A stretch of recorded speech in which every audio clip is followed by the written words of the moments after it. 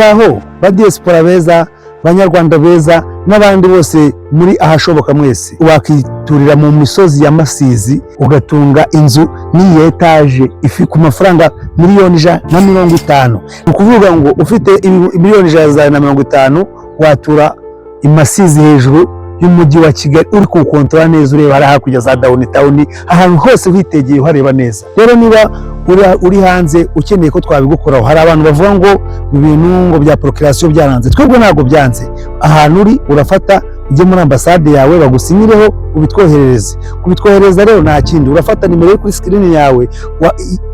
screen yawe cyangwa twandikire ku mbuga nkoranyambaga zacu ni Deco Green Company Limited.